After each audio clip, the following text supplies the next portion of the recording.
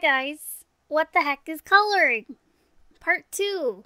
Okay, I know that I said I would talk about color relativity in the last video, but it is the holidays and I am very busy and I totally forgot that I had to do this in-depth video. So this one is going to be very quick, looking at color palettes. I hope you find it helpful. And next time, when I have a lot more brain power and I'll actually prepare, I will talk about color relativity, because that one is a lot tougher to explain. So, hopefully this one helps. I have talked about color palettes in the past. However, I did not have visual aids back then, so hopefully this video will be a lot more clear and help you guys pick some really nice basic color palettes to help you learn what the heck to do with color theory. So, here we go.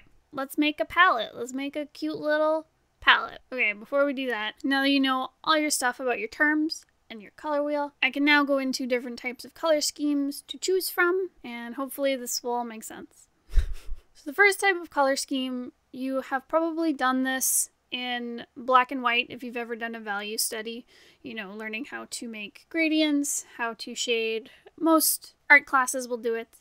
Either way, monochrome is when you have one hue, but you use different saturations and values within it. So if you grab this red here, and you use a whole bunch of different values like light or dark or saturations, you know, saturated or dull, as long as they stay within that one hue of red, it is monochrome. Same goes for black and white, or any other color you choose. As long as you stay within the same hue, and the whole piece or the whole character or whatever you're working on, as long as they are all one color, whole bunch of different values and saturations, that's monochrome.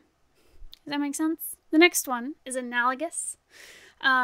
This is when you take two colors or more. It can definitely be more than two colors. If you grab a whole bunch of colors that are beside each other on the color wheel, that is when it is analogous or harmonious. For the example here, the red and the orange are right beside each other on the color wheel. If I did a piece that was entirely red and orange, that would be analogous. These color schemes will be, say, like all warm colors or all cool colors. They just feel very harmonious. They really like complement each other.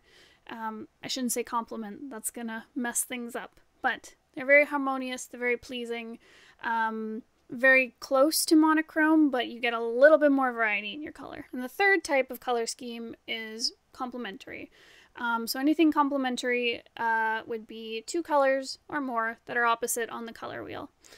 So for this example, the opposite of red is green, so red and green, they're complementary. If you're ever not sure what the heck the complementary color is that you want, just draw a line across the color wheel, and whichever colors are sitting on either side of that line, those are complement. So complementary is really great when you want to create contrast. So because they're on opposite sides of the color wheel, you know, one is usually warm, one's usually cool, they'll pop.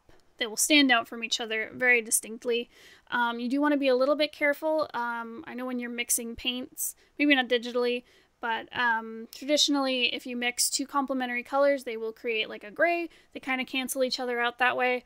You can kind of get the same effect when you are working with them, a color scheme. So always be careful that you're not dulling your colors by using them too equal. I'll get into that in a little bit. So those are the three main ones that I tend to focus on: monochrome, analogous, and complementary. There are a few different ways you can mix and match them. The example here is when you have two analogous colors plus a complementary color. That way you have your main colors, which are really harmonious together, and then you have your one contrast color, the green, and it pops. But there's a whole bunch of different ways you can mix this up. You can grab four colors that are on different, that are all equidistant from each other on the color wheel. You can do that with a triangle. You can pull from all over the place and just mix around with these different color schemes. They all have fancy names. I usually don't think about them that way very much. It's usually analogous or complementary in my brain when you just kind of stick them together. I hope that makes sense. Instead of trying to have to remember all these different names, I find it a little helpful. So now, you actually have to sit down and choose your color scheme. Now that you know what they're all about, you know the basic idea of them, how the heck do you choose a really nice color scheme? A really simple way to choose a color scheme, I find, is to limit yourself to three main colors. And this is just when you're starting out, when you're still figuring out how to make really nice color palettes. Just stick with 3. It'll keep it simple, and it'll keep your, your piece or your character or whatever, it'll keep it from getting too cluttered with colors. So make sure you grab a primary color, a secondary color, and a tertiary color. And by that, I do not mean, you're one of each of those categories of colors. As you know, in the last video, I talked about the difference between primary, secondary, and tertiary colors on the color wheel. However, this is more of a hierarchy of colors. So, and it can apply to any color on the color wheel. I realize this may be confusing. However, what this means is you want to grab one color from your color wheel. It doesn't matter, it does not have to be one of the primaries, but you want to pick a color that will be your main focus of your piece. So this color, in this case, I've chosen green. This color will take up 50% of your piece or more. The numbers I have here are very just rough, kind of like a suggestion. So right, your primary color should take up 50% or more. This color will definitely be the star of the piece, and it should take up the most space. Your secondary color should take up about 30% of your piece, and generally, to make it easy on yourself, I usually grab an analogous color, something that really harmonizes with the primary. In this case, I've chosen yellow, and you want it to take up less than half of the piece because you don't want it competing too much with your primary.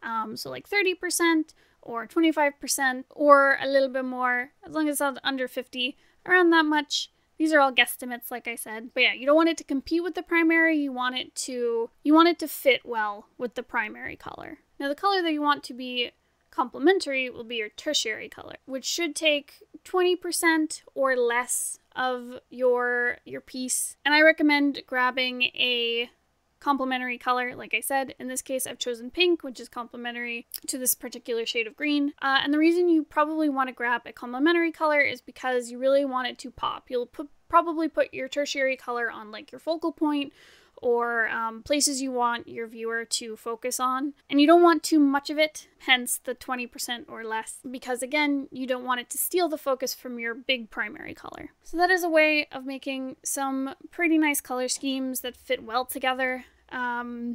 This is how I started learning how to make nice palettes. I always base my secondary and my tertiary off of what I want my primary to be. Though sometimes I will start with a tertiary because I'm like, I want this to be the highlight. I want this to be the focal point, so then I'm going to base everything around that. It just makes it a little easier, and it stops you from choosing too many colors and cluttering up your piece before you really have an idea of what you need to do. And choosing 3 colors is also a really great way for designing character color schemes. Characters that are covered in colors can be they can get too complicated, especially if you're working on, say, a comic. So having 3 colors, having your primary, secondary, and tertiary really makes it simple, and it'll really make your character designs stand out and look really nice. So that is all I have for color palettes. They're pretty simple, honestly. All you need is these like basic principles of different color palette types. Then start to play around, figure out what looks nice, try all the colors on the color wheel. If you're looking for things, I find that just following that 3 color formula really helps understand like how to bring your piece together and make it look really pretty.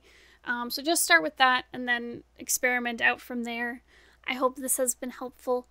Like I said, it's very quick. I am very frazzled today, so I hope this all made sense. This series will likely go on for a very long time because there's a lot more I wanted to talk about in this video, like contrast and color relativity, so I'll have to get to those next time. Next month, maybe I'll actually prepare something and do a real nice video for you. So yeah. Anyways, that is all I have.